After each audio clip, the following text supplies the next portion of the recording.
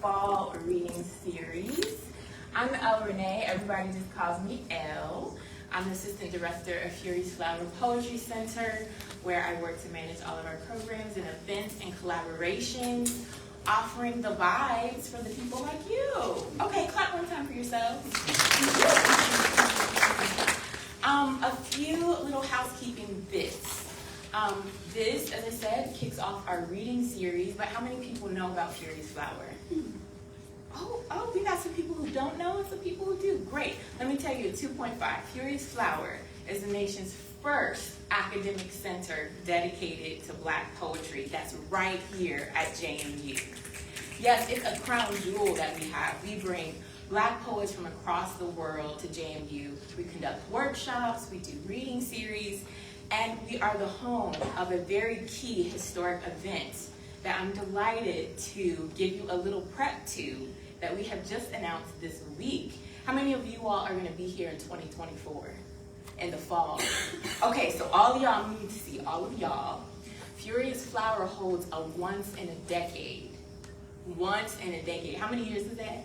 10. Come on, use your college degree. Okay, once in a decade poetry conference where we bring award-winning poets from all over the world. You'll see we have a postcard on the table. Grab one so you can save the date. September 18th through 21 of 2024. It's a place for live events, scholarship, discussions, and community. And we definitely want to make sure that you all here and our online audience, hey y'all, know about it.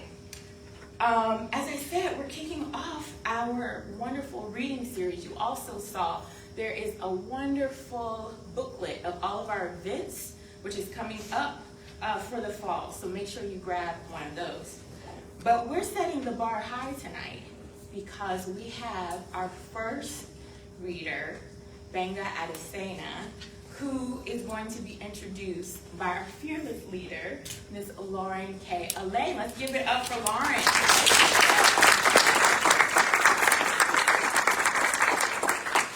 Hello, hello. It is so exciting to see a full house for poetry. Woo, woo. So, yes, I love it. Yes, bring the energy. I am the Executive Director of the Fury's Flower Poetry Center.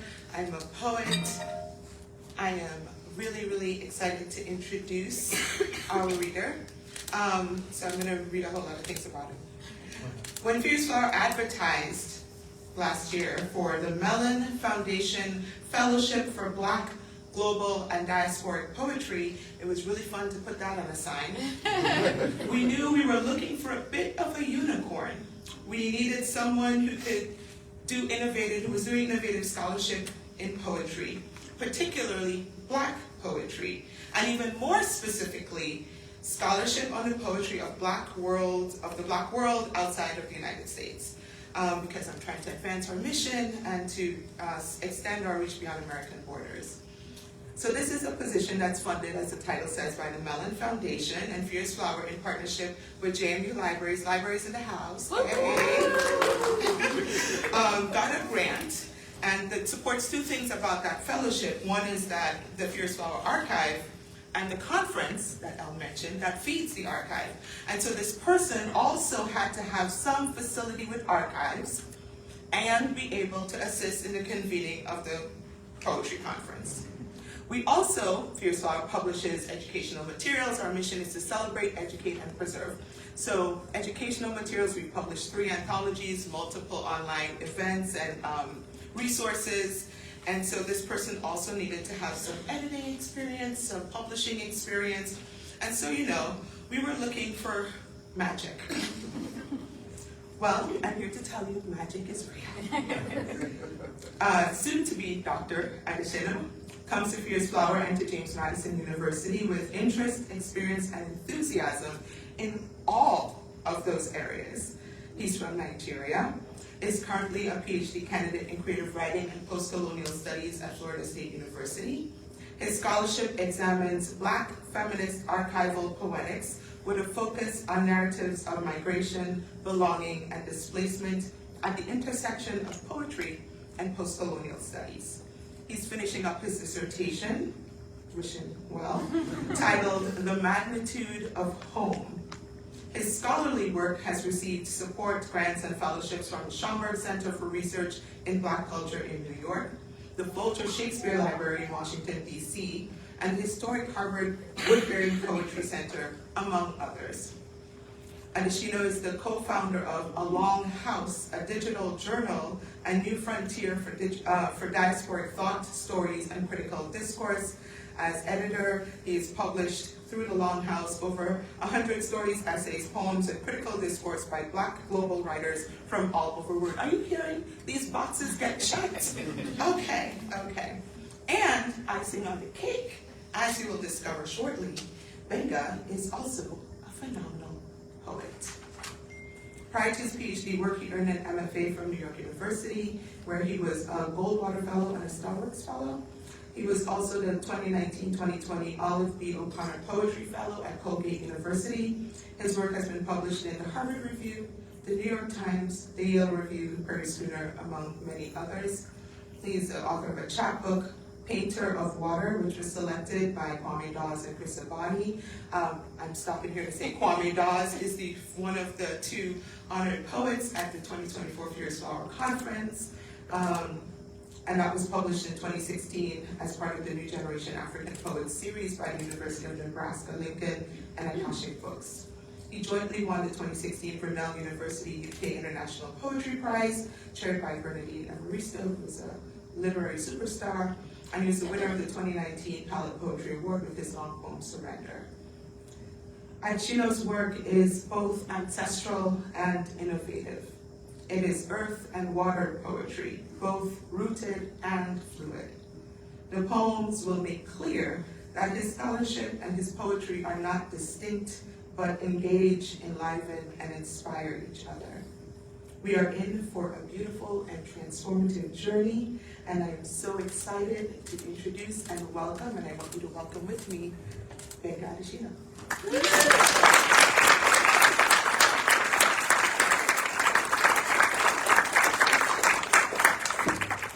Thank you. That was so kind. That was so generous. Thank you. Hello. Hello. Good to be here. Thank you for coming to listen to poetry. I was feeling a little nervous, then I saw Lauren, and I saw Hal, and I started feeling better. So it's gonna be fine. Can you hear me? Okay, good. I'm gonna read poems from my phone. I hope it cooperates with me. Yeah. Oh, okay, good. It's working for them. And I'm gonna chit chat, and we're gonna be fine. Internet, are you there?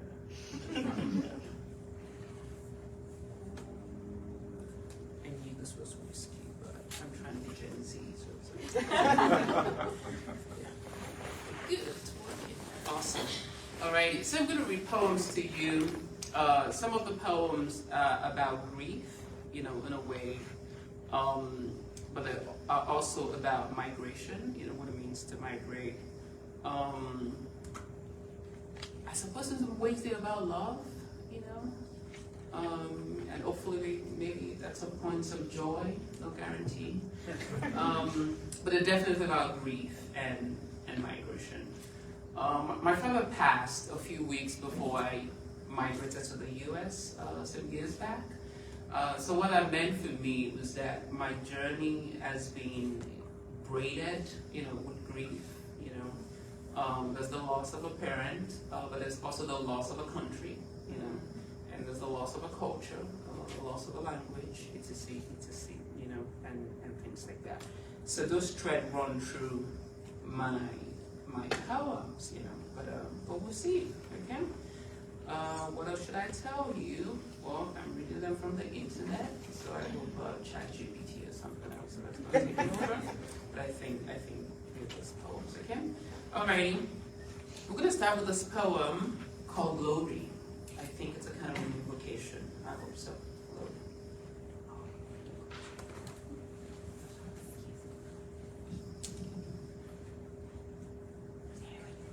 Can you hear me? Can you hear me? Megan, is this good? Alright, thank you. Glory. Glory of plums. Femur of glory. Glory of ferns on a dark platter. Glory of willows. Glory of stag beetus. Glory of the long obedience of the kingfisher. Glory of waterbirds. Glory of thirst. Glory of the Latin of the dead and their grammar composed entirely of decay. Glory of the eyes of my father, which, when he died, closed inside his grave and opened even more brightly inside me. Glory of dark horses running furiously inside their own dark horses. This next one is called I Carried My Father Across the Sea. I carried my father across the sea. He was a child. He was dead. He was the shaft of a long-tailed astrapier. He was a forest of bruise. He wore a doll on his face. He wore the black suit of his wedding. The square pocket was still full of his vows. He was light to carry. His burdens and vows had bled out of him. It was heavy with the responsibility of the dead. What sort of a son leaves his father chained to fatherhood? I lifted and propped him up with my frame. I measured the length of him with my length. His feet stuck in sea sand, his weak knees. His arms gripped my sides. As the current rose, the collar on his broken neck flared into a float. The gash the surgeon's knife left on his head became a hollow. It signaled in the dark. I put my nose to his nose. I put my finger in his mouth. I tied his IV tubes, now a human gill, around our waists and swam in the vein of the water. Look, as faint in the waves said, a son carries a father. Death is not silence. It is where I hear you most clearly. What sort of a son leaves his father's body chained to the dark grievance inside the earth? I carried my father on my back. I felt the bracing inside his afterlife heart on the skin of my spine. He wore his face as a door he promised to open to me. He bled out his vows. Alrighty, we're just gonna keep reading grief poems until you tell me, you know what? We are sorry, you can stop now. Alright, this is called Vows. When my father fell into himself, and the waters within him broke their vows, she wilted to half of her size. She wrapped herself in a black shawl. She, my mother, crawled to his side, put her ear to his chest, said, if the body is yours, you can hear where silence lies in its skin. She, my mother, put her mouth to my father's ear, said, I will call your body, which is mine by name. You will come back to me. How can a body, the whole length of which you once traveled with your tongue, close itself to you? When he, my father, closed his eyes and breath, and his body had become a bridge he had left behind on the journey, and they wheeled him down the stairs, she, my mother, sprang after them. She cried out, my name is inside his tongue, I need to get it back. Alrighty. Let us see. Okay, so I'm going to read you, it's a New York poem, but you're not going to know if you haven't lived in New York, I think. I don't know. It's a longish poem. It's called Surrender. A mercy puts a thing on my palm, and it's my childhood. It's tiny, endless moth city. It's rind like grace or tenderness or sorrow. In the red brick room, my father cries. His cries are small, lonely animals. I carried them with me like an inheritance. Once I ran out of a room because the song on the radio was a feast in the nook of my neck. I stood on the street quietly weeping, though when a woman said to me, "Child, are you well?" I said it was the waters within me that wanted to make themselves known. Some nights are like that. They do not let you go until they have broken into the secret July in your heart where you hide all things. All I wanted was to be home, so I dipped myself under the earth, by which I mean I entered the subway station. It was there I heard him, a man that was also a sound. He was singing. Tree branches broke inside his voice. There was in his chorus the quietude of a thing that was coming to an end. This song he was singing, he said it was not a dirge, though he sang it to a thing that was dying. Wishing Away was the kind of song my father sang as he lay down. My father said his song was not a dirge, though he sang it to a thing that was dying in itself. He said, "Son, my song is a joy, but a joy with sharp knives."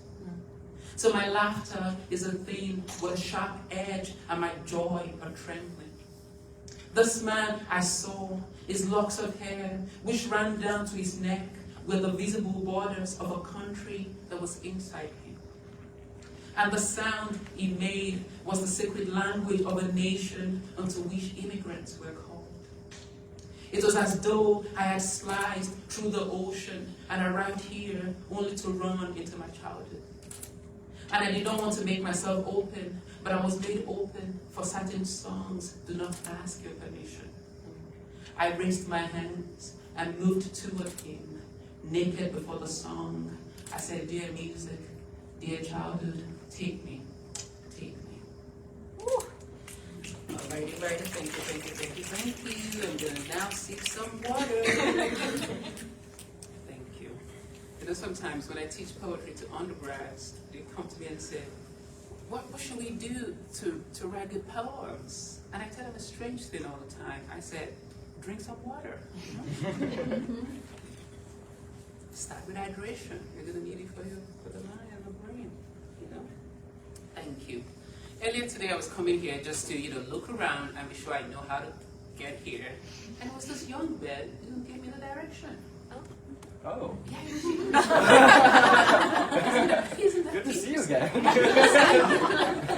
Thank you. That's interesting. Thank you. I didn't know. I think that was sweets to you, right? Yeah. Oh, thank goodness. Alrighty. Okay, good. I got to the last. How am I doing with time? I'm doing good with time, okay. Alrighty. I don't think I should use it up. What kind of poem are you in the mood for? Love poems? Heartbreak poems? What are you feeling like? Love? Oh, yeah, we need that right Love? Yeah. I write about grief, love. Okay, good. I have something for you. That's a love and grief poem. You asked for it. Okay? This is called The Wedding. It's about my parents' wedding, but it's really about pandemic, because during the pandemic, I was so bored, like all of you, and terrified simultaneously. I was doing all kinds of crazy things, like looking at the wedding photographs of my parents. Like, who does that? I'm getting color, So that got me into some soup, because, it put me in my feels, right? I'm looking at them, they're so young and everything. So I wrote this poem, which is a love poem-ish.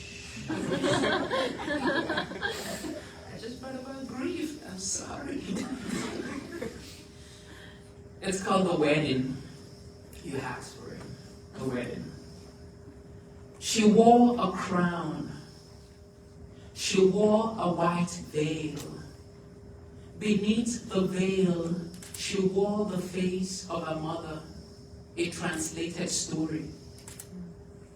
She wore a crystal stud on her nose. She wore droop earrings on her hairlobes, cones of ruby and a live stone. A gown, bridal white, craft of teal, cathedral. I lift the veil, your face is my face, mother. The groom wore a tailcoat, pink begonia on his chest, his head covered by shreds of white confetti, feathers of artificial geese. His head and neckline, his eyes, a painter's eyes, were affixed to her. Striped poplar of partial light through the chapel window cast a ladder on her face. Love is heaven, but it requires climbing. It was customary that they should feed each other cake and heavy honey. He held a silver cup to her lips. She drank, it drank, something of their vows elongated inside them. But the wine was not a mirror. He couldn't divine the black grapes, the theater of fog that was the future, the penumbra on their jawlines. Soon they will proceed to a small room and anoint each other's arms and necks, each other's thighs and torso with olive oil, a preparation for beauty, not death. Soon one will wrap the other in a white shroud for burial, as it was written from the beginning. The story pauses, tremors in my hands. I hold their photographs close to my face. I whisper to them, please pray for light. For now they lean close and kiss. She cups his face with her hands. A procession of children clap and giggle. A priest burned incense and blew mire behind a raised altar, as witness a child dressed in a brilliant purple cassock play an unfinished violin. Alrighty, that's an excerpt from writing about my parents' wedding photographs. Alrighty, let me look for something that I feel like a true love poem. It's really deep for that, okay? That should feel like a love poem. The Lovers of Modena. Your hands in the small place of my bones, shore of skin, slow fall, Lord, such delicious roaming. Love's vast colony of hunger, the map lines crackle, they run in my maplewood veins. I would that you know what is eaten is what is broken, is what is holy. The mouth, remember, is red clay. Time, rock, weathering rock, lie here with me in the dark. We are the histories of dust. I speak to you from my flesh to your flesh. My loss is a loss with doors. It opens. Alrighty. Thank you. Alrighty, I'll read maybe 2, 3 also poems, and then we'll take questions. I'll be gone, but thank you. Thank you for coming out. It's been a pleasure to be here. Alrighty, and we'll turn to. Alrighty. So this poem is called Brief History. Nigerian literature is sort of, as it is with most national canons, is sort of traced back to two men, in this case, Wole Soyinka and Chinua Achebe, and of course, I trace my work back to them. But beyond them, like 2 or thereabout generations or 3 generations beyond them, was a great man named Samuel Ajayi Crowther. It was him who had translated the English Bible into Yoruba language, into Igbo language, and a lot of African languages. And his work was so unique because he did not just translate, he also had to invent, he also had to alphabetize the language, in some ways. What is really unique about his story was that as a child, he had been kidnapped and sold into slavery, and at some point he was rescued, and he learned how to read and write, and became a great bishop and a great writer, and he translated the Bible into Yoruba and other languages, and in that way, to me, pioneered writing in that language, So I sort of trace that is my real, is for me, is the foundational figure in my own private canon of Nigerian and African writing. And I'm always also deeply moved by that notion that even out of the mouth of the enslaved, God had ordained language and his word, so it's always an important figure to me. But this poem is not about him. I mean, he appears in a line, but the poem is about my mom. My mom was born on the night Nigeria became independent, which was 60-something years ago.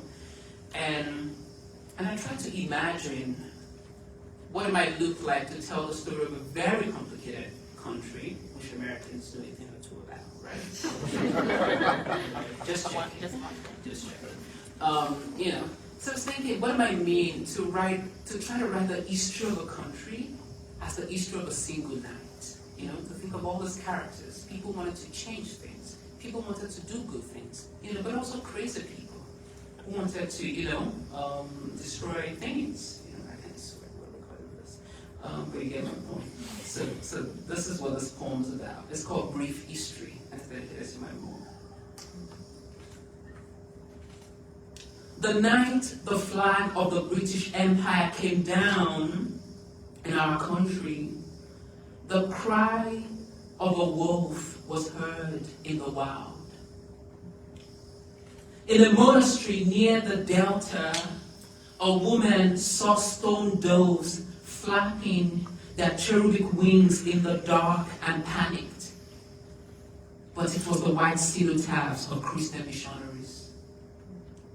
In a coastal town near the lagoon and the point of no return, a priest, a returned slave, prayed in groans and translated scriptures. In a long house with a warren of rooms, a sculptor tore a page from a book of maps in a dream and made a paper sheet she named Amistad. A gift, she whispered to her daughter in that dream, a gift from the ghosts, for they too are citizens.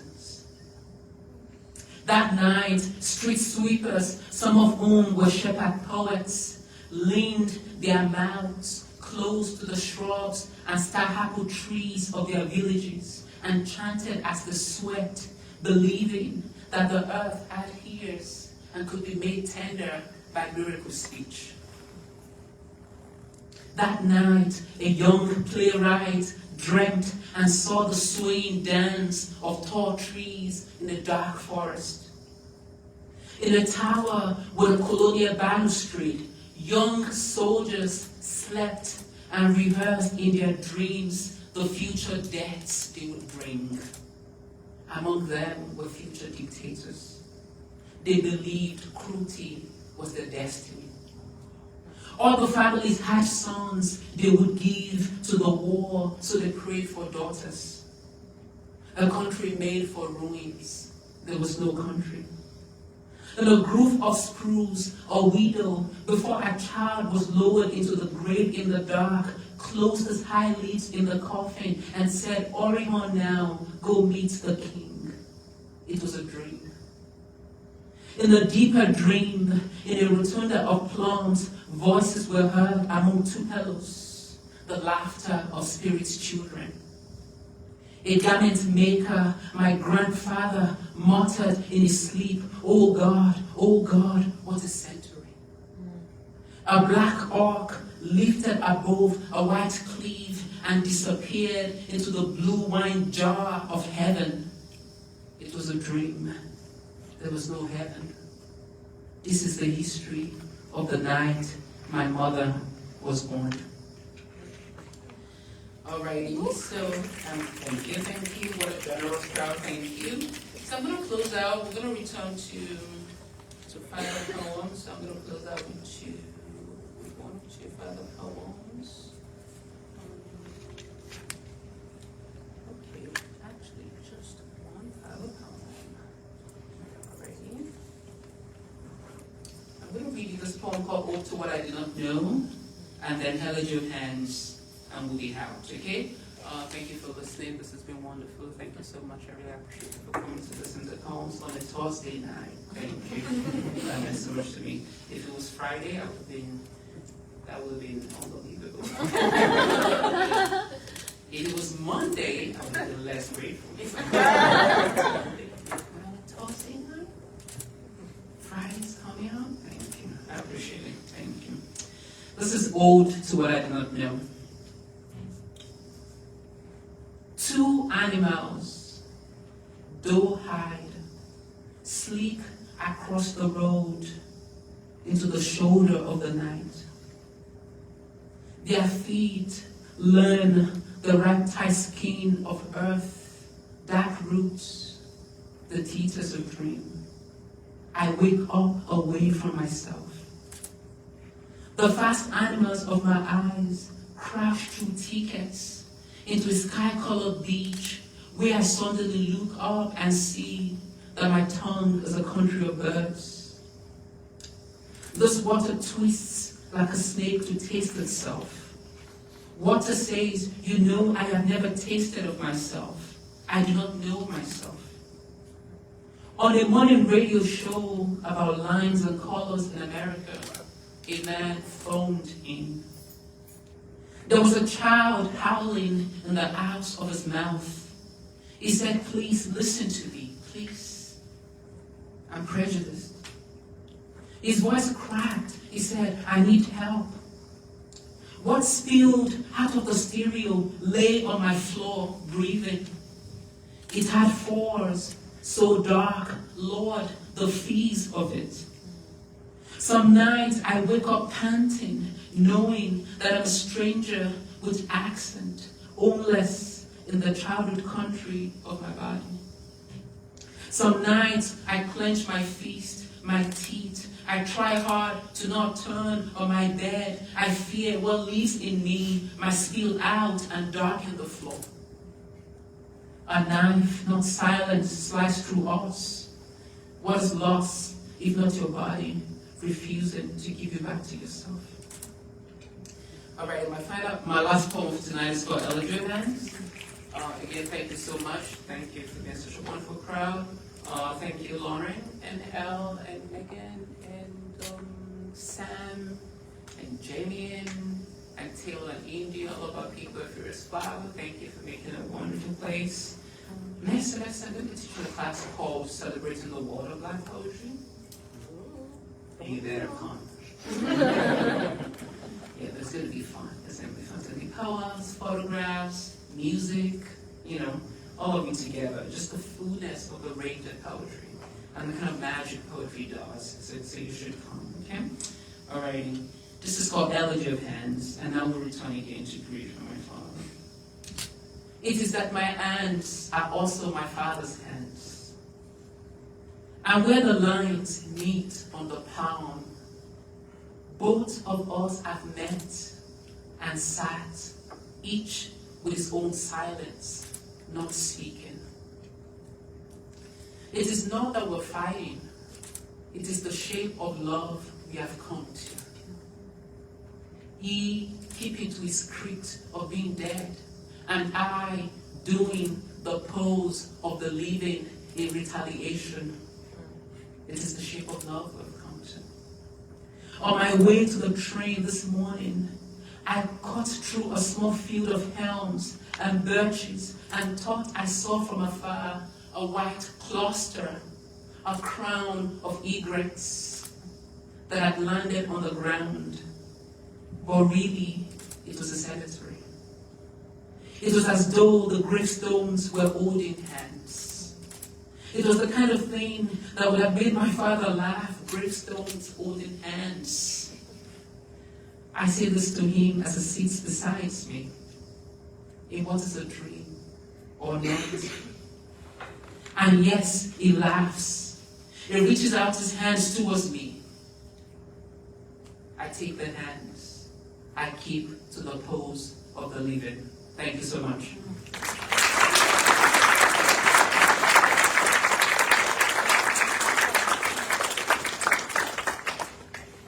So you're gonna come back up here, Gbenga. But you can chill for a moment. Can I grab the other one? I was so excited to run. Thank you all again for coming. I'm going to begin with the Q&A session of our programming. So folks in the audience, if y'all have some thoughts, feel free to type that in.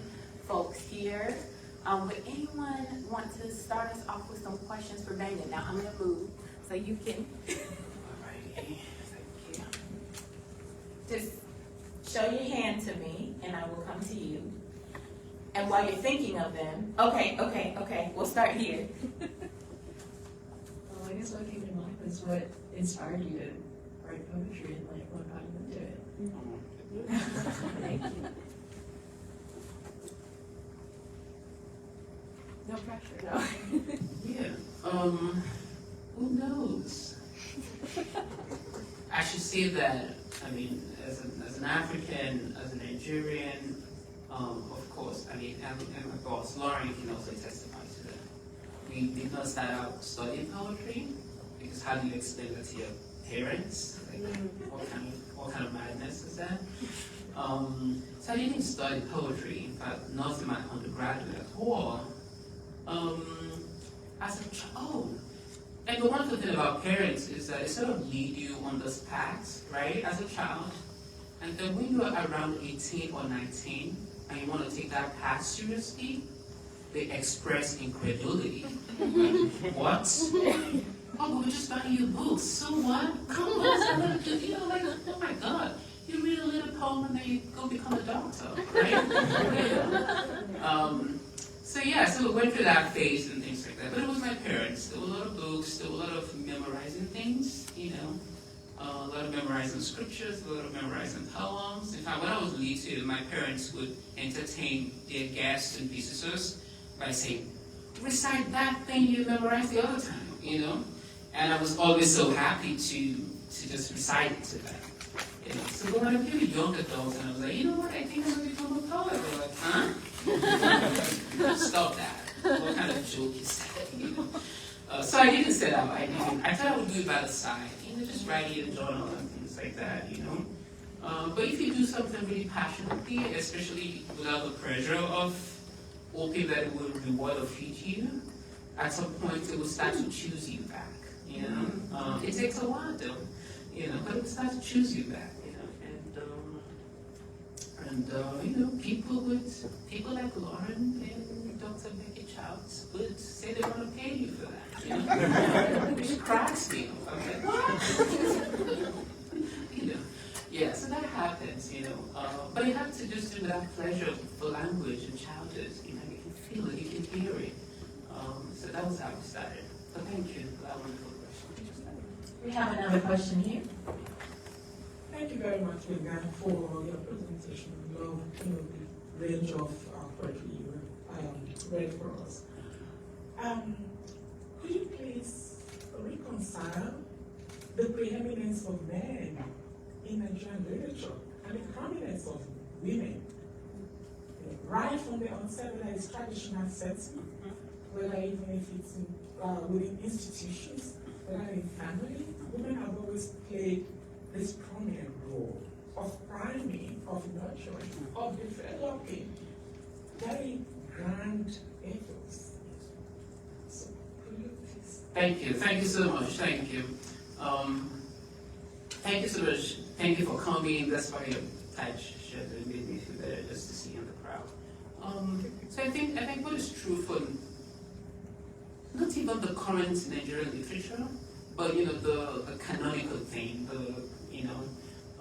it's also true for most nations in the world, in that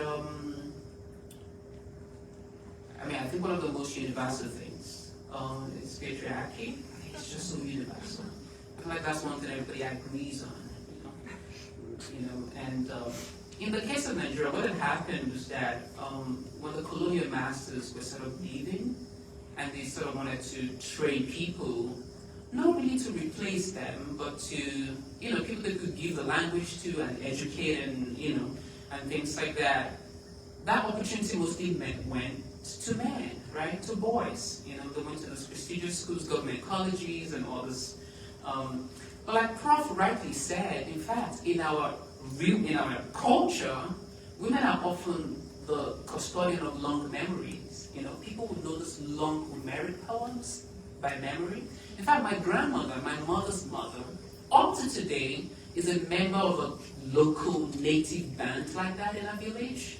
Every year they would have this festival where they would recite love poems, all kinds of lineage poems, but also shade poems, If you had insulted, if you had offended them last year, they would put you in the poems as well, But all of it happens by memory.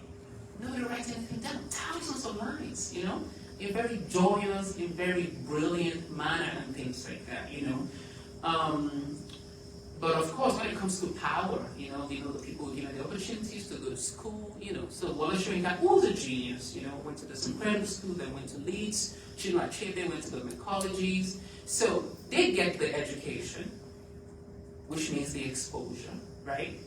Which translates to career advancement, which translates to the work, and then which finally translates to the canon, right? Opportunities and things like that.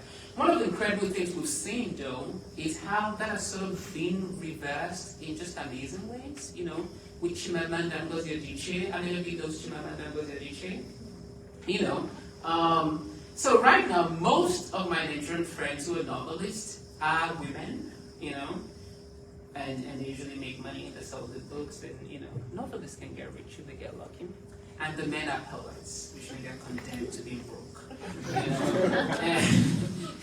So that's what we sort of have right now, and, but yeah, it was just about this power and opportunity at that founding stage of our country, post-independence. Thank you, my favorite question. I hope I came a little bit close. Thank you. Any other questions?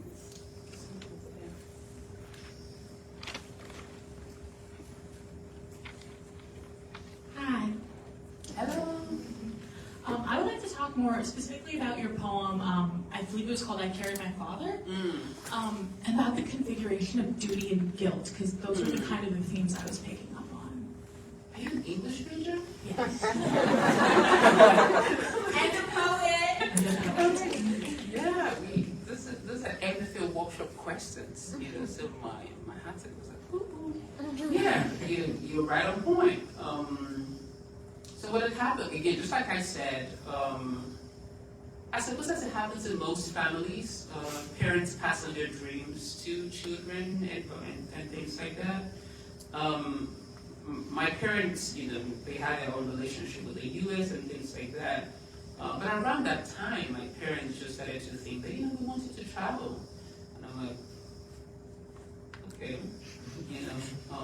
So around that time, they were thinking of it. And then my father passed, and then I had the opportunity to travel. And I was saying to my mom, I think I should be here with you, to help you mourn. This is just weeks after. And she was like, no, this is what we want for you. We want you to go.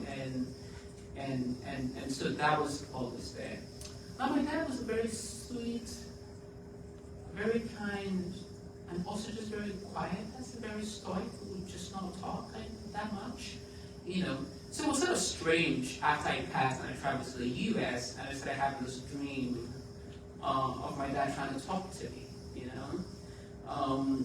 Of course, I knew about the loneliness of the living. What was amazing and perhaps terrifying to me was this idea of the loneliness of the dead, And so it was out of that poem, came about. Because migration is about who's getting left behind. It's a daily guilt, You're always looking at the phone and hoping nobody calls with bad news, because there are people you left behind, So that poem was managing, just like you geniusly intuited, that gap between duty and caring and responsibility and what's left behind, and things like that. Yeah, thank you. Any other questions? I have a question about process. Do you, when you think about this language, do you write in English or no? Or do you find yourself, when you're writing in the language of your home country, that it's a different power that you write with? So I'm really interested about, especially that, being at least bilingual. What's your experience when it comes to writing? Thank you. That's such a generous question. So English is the language of, it came to us through colonization. It's a language of power. It's a language of progress. And as the generation gets, as it gets down, it gets so normalized, So that there's a kind of relationship my mother and Prof's generation had with the duality of English and Yoruba. But for my generation, it started to bleed into one. Because you don't even, it's not like you learn Yoruba first and you learn English, or vice versa, no, you just learn them simultaneously, So what happens is that you sort of invade the language with another language. So I write in English, but in fact it's Yoruba. But I never have to translate, it's just happening simultaneously. So for instance, the line, water breaketh its vows inside a human being, I don't know why my classmates would say, oh my God, what kind of imagery? This is unbelievable. This is genius. How could water break its vows? But that's a very basic Yoruba saying, It's a very basic Yoruba prayer. Omi kuni udi larawa.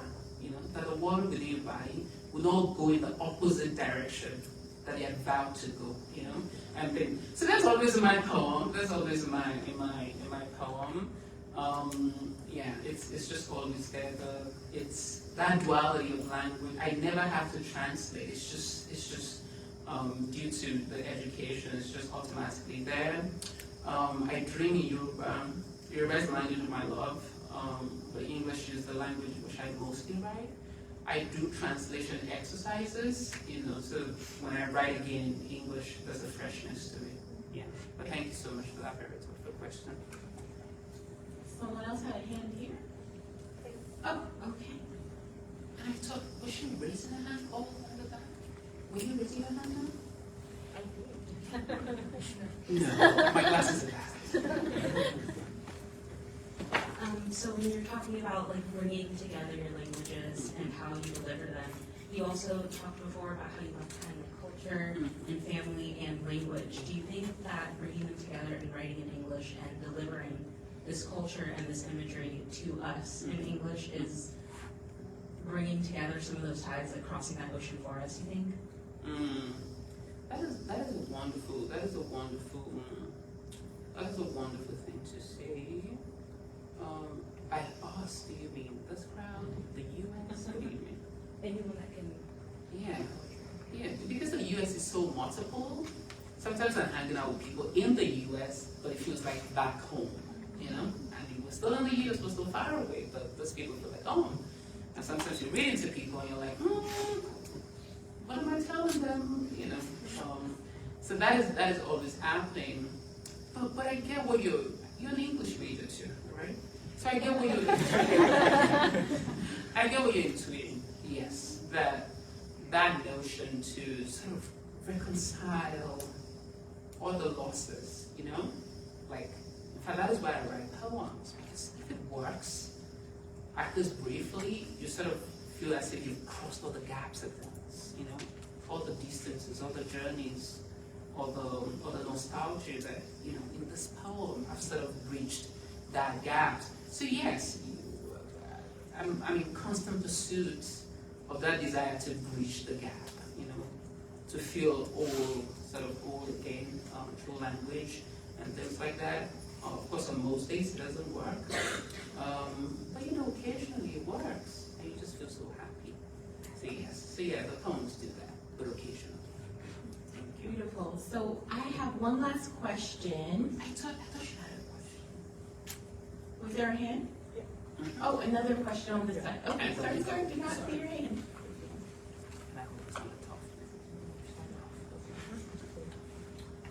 So Yeah, sorry to take you back, but this is really important because we spoke about duality, how you shift, from Yoruba to English and back and forth, morphing and simply inventing.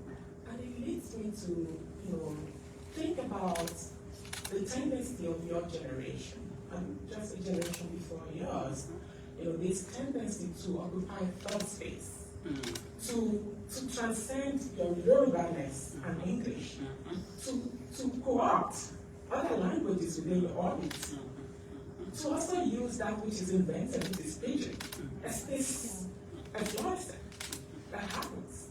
So could you speak to that? Thank you, Ma. Thank you so much, Ma. She studies these things. But yes, absolutely. The other day, how many of you listen to Afrobeats? Yes. You better. Good. I feel like you see that, at work in brilliant ways in Afrobeats, because this music gets mostly made in Lagos. No MFA, no silk, no filter, and things like that. The other day I was thinking about Ngugi wa Thiong'o's decolonizing the mind. He was arguing for us writing in African languages, and I'm like, I think Afrobeats is already meeting that desire mad, because they have the opportunity of melody, which is universal, and rhythm,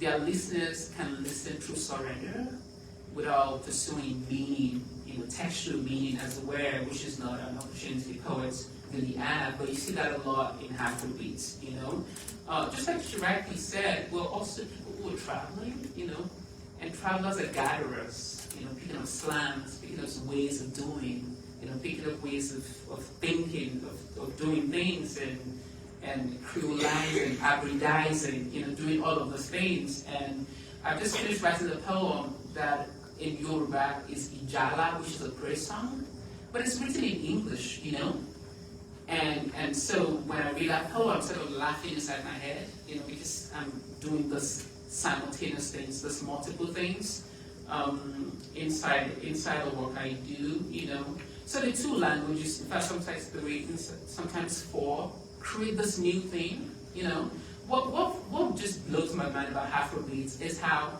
they're usually rhyming 3 languages. You're rhyming, you're pursuing your rhyme, vowel or consonant, but the languages is 3 languages, And it's just Ashake was rhyming Basquiat, Jean Basquiat,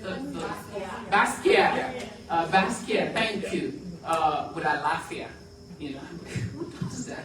So the languages are jumpy because it's 2 languages and sometimes 3 and things like that. So that gives us the opportunity to do that. Thank you so much for your question, ma'am. So we have a beautiful group of writers here. We can tell by the questions you all have asked. So we'll end with a craft question for you, Gbenga, a tip question. You've talked about love, you've talked about grief, you've talked about migration, which are really big topics for students who are aspiring to write their stories, their family stories, and it can feel overwhelming because of the enormity of those themes. What practically would you offer to leave us with as a tip that we can take away with where do we start when we look at that blank page? How do you start writing these really important and big themes? Thank you so much. I think that with writing, and this came to me, very recently, again, because I had this opportunity of parents who just got into all kinds of things, and I took it for granted until later on. It's about practice, What is really interesting is that for virtually all other vocations or professional engagement, we know people have to practice, We know that. We know that you cannot be an amazing basketball player if you've not been trying to do it for a long time. You cannot be a violinist if you've not been doing it. But for writing, we just often think that, when I'm ready, I'm just going to go to that page and boom. No. Just imagine that you're an athlete, so you're building muscles. The thing about poems is that you have to write the poems that you don't want to write the poems you want to write. You have to practice it. It's a muscle. It's not. I know that sometimes on reading it feels like, oh my God, I just came from heaven. No, you didn't.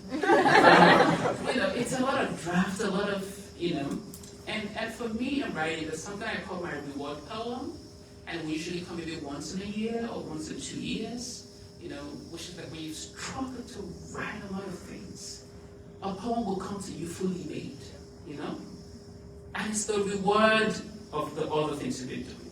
Now, usually, it has happened to me twice in my life that I had friends in that moment when I'm getting a reward poem.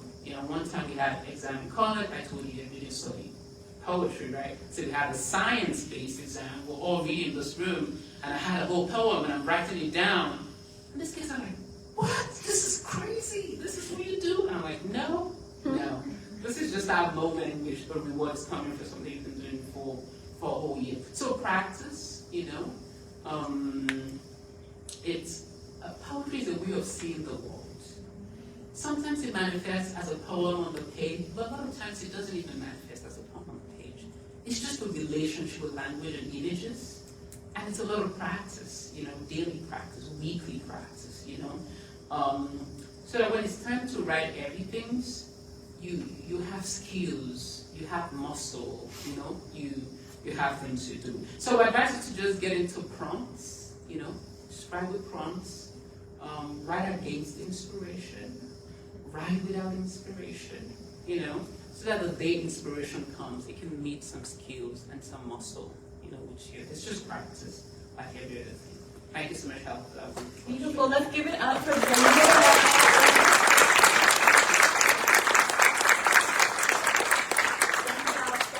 For joining Furious Flower. We were delighted to host you. Now, a few housekeeping things. Now, y'all have your phones out, okay? You have your phones out. You can take your phone back out.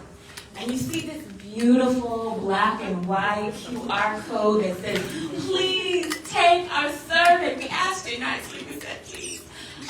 Please do that for more programming like this, to bring amazing international artists here to JMU. We need your feedback. We need to be able to go and say, hey, give us some of that money, right? So please do take our survey. You'll see it on your chairs. You also have it. If you can't swing up here, it'll only take a few minutes. I also, those of you who came here for passport event stamps, you will form a lovely queue at the purple table there with our lovely Gillespie Fellows, India and Taylor. Give it up one time for India and Taylor. And in order to get your passport stamped, we need to have your email address and your name. So fill out the form if you haven't, get your stamp, and you'll be on your way. Next, I want to give a pitch for our next reading series event, which there are poets in the room. I can feel the energy from the questions that you all have asked. So please join us on October the 26th, which is a Thursday, at the Golden Pony. We'll be on a lower level. We will have an open mic, which starts at 6:30. But do you get there at 6:30 for an open mic if you want to read your poem? No. Please do arrive sometime between 6:15. Come see me. Sign up on our sign-up sheets. First come, first serve. We are going to have the open mic from 6:30 to 7:25-ish, and we'll have a beautiful reading by the poet Safia Ahelo, who will be joining us. We'll also have some writing workshops for our students, so look out for information about that. Again, we are so grateful for your presence here. We hope to see you some more. Let's give it up one more time. And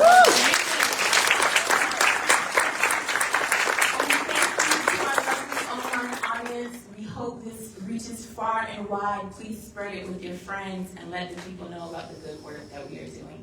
Have a wonderful night, y'all.